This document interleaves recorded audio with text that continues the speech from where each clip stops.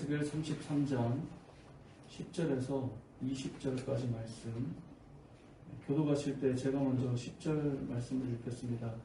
그런즉 인자야, 너는 이스라엘 족속에게 이르기를, 너희가 말하여 이르되 우리의 허물과 죄가 이미 우리에게 있어 우리로 그 가운데에서 쇠퇴하게 하니 어찌 능히 살리요 하거니와, 너는 너희에게 말하라. 주 여호와의 말씀이니라.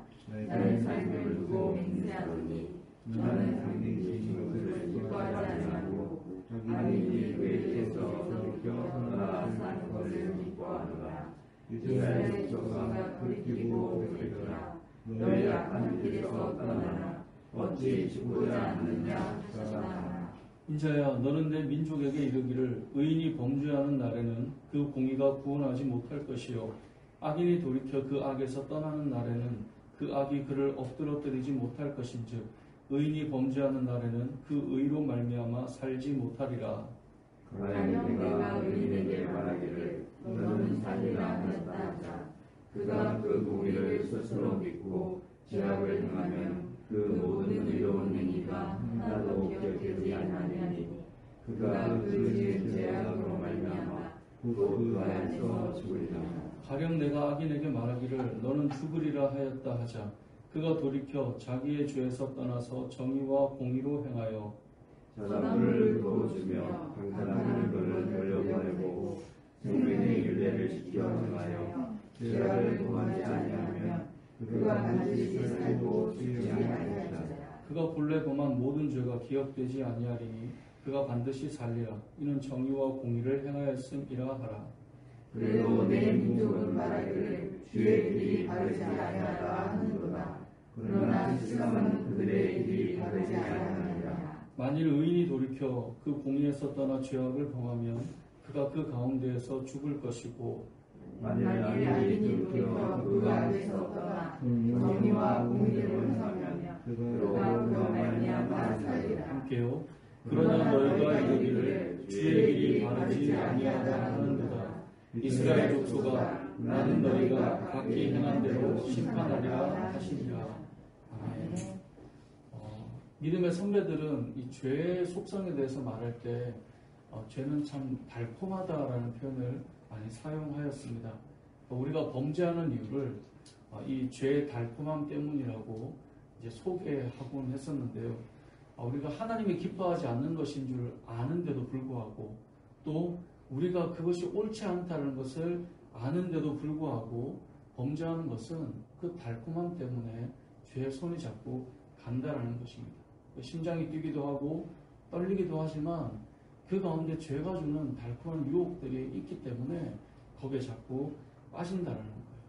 그런데 죄는 처음에는 이렇게 달콤해 보이지만 성경을 보면 결국은 죄는 우리를 어떤 방향으로 이끌어 가느냐, 10절 말씀에 보면 이렇게 말씀합니다. 우리의 허물과 죄가 이미 우리에게 있어 우리로 그 가운데에서 쇠퇴하게 하니 어찌 능히 살리요 하거니와. 그러니까 죄가 달콤해 보이지만 결국 죄라고 하는 것은 그것이 우리에게 들어와 우리가 그 죄 가운데 있으면 우리가 쇠퇴하게 된다는 거예요.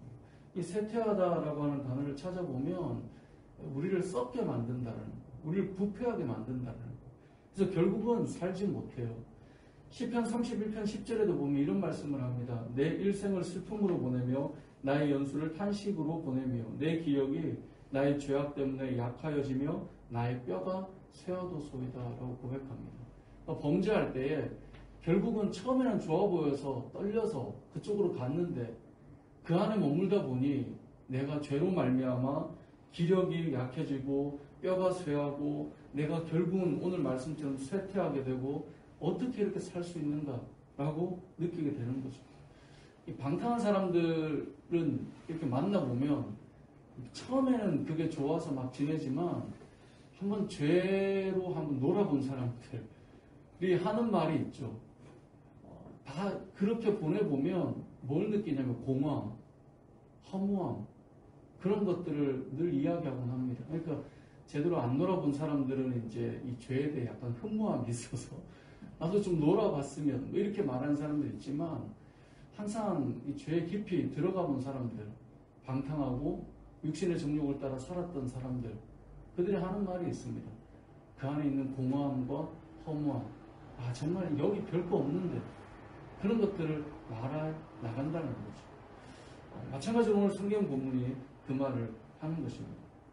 죄는 달콤하게 우리를 시작하게 하지만 결국은 우리의 골수를 마르게 만들어 간다는 사실을 기억해야 합니다. 죄는 아름답게 우리에게 찾아오지만 우리의 심령을 서서히 마르게 해 간다는 사실을 기억해야 한다는 것이죠.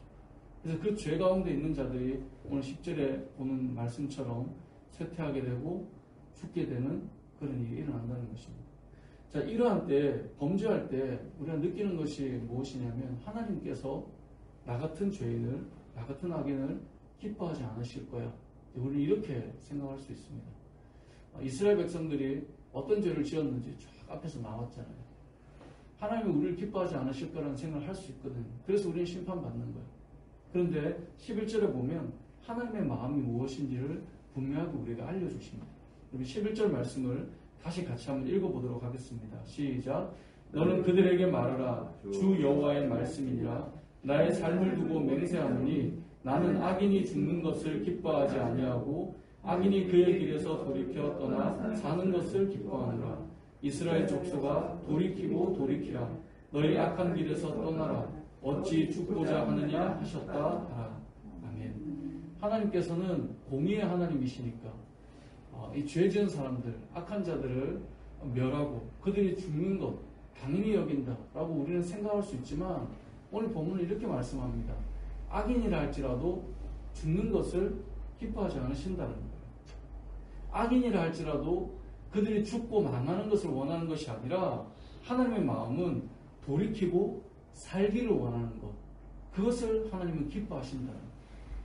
우리가 이 땅을 살아가면서 많은 사람들을 만나고 또 우리가 때로는 판단하고 평가하지만 어떤 죄를 지은 사람, 어떤 잘못을 한 사람을 바라볼 때 저들은 심판받아야 돼. 그건 복음을 가진 바른 사람의 바른 생각이 아닙니다.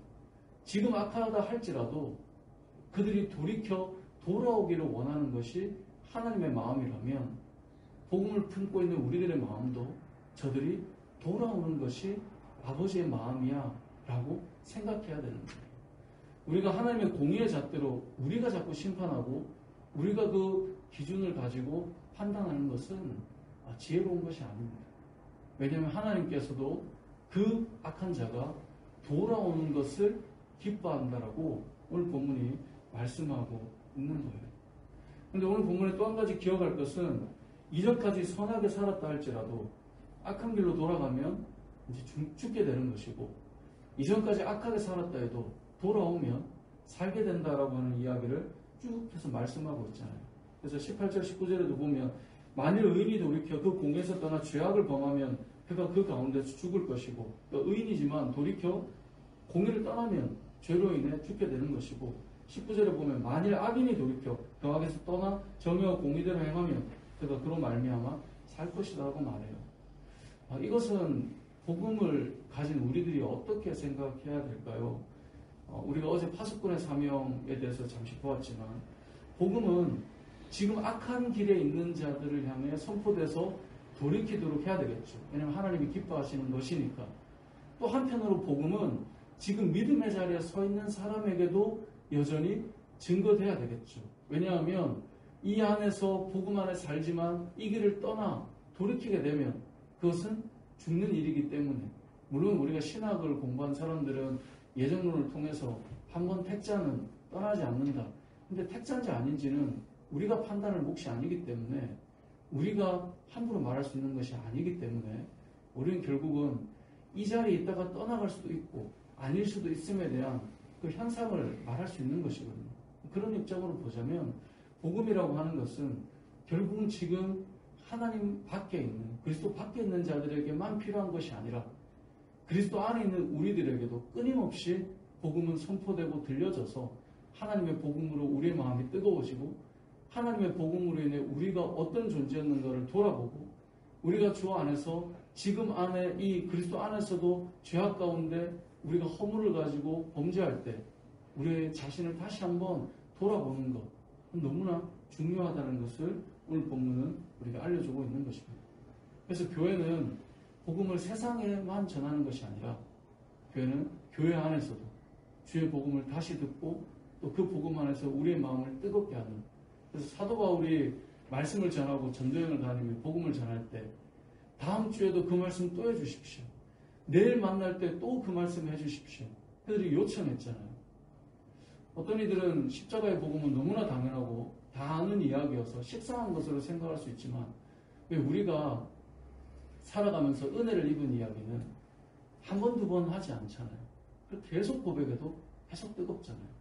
왜 남자들이 군대 갔다 오면 군대 얘기를 그렇게 하는 게 그 시간에 너무나 자기에게는 인생 가운데 큰 어떤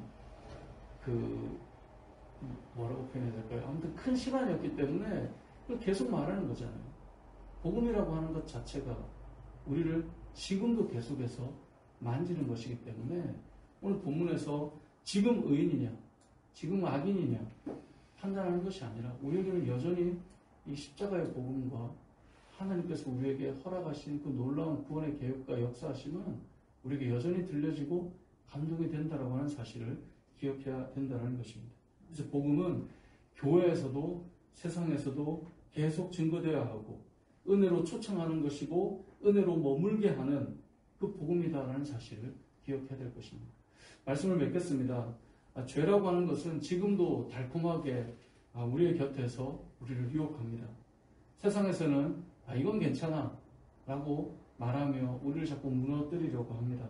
하지만 이 죄는 결코 달콤한 것만이 아니라 우리의 골수를 마르게 하는 그런 죄악임을 기억해야 합니다. 그리고 이 죄악 가운데 있는 자에게 파수꾼이, 우리가 이제 파수꾼이니까 파수꾼이 외치는 복음은 징계가 아니라 언제든 돌이키며 회복하기를 원하시는 하나님의 마음이 그 안에 담겨야 되는 것이고요. 그래서 복음 전하는 자들이 돌아오기를 원하는 심정으로 전하는 것이지 심판받을 어떤 것에 대해서 이야기하는 것이 복음의 초점은 아니다라는 것을 기억하시면서 저와 여러분의 삶이 세상을 향해 이 복음을 선포하고 그들이 주께로 돌아오는 것이 하나님의 마음입니다라고 하는 것을 전달하며 또 우리 안에서도 우리에게 허락된 이 복음을 나누고 우리 안에 감격이 마르지 않는 믿음의 사람 되시길 주님의 이름으로 축복합니다. 아멘.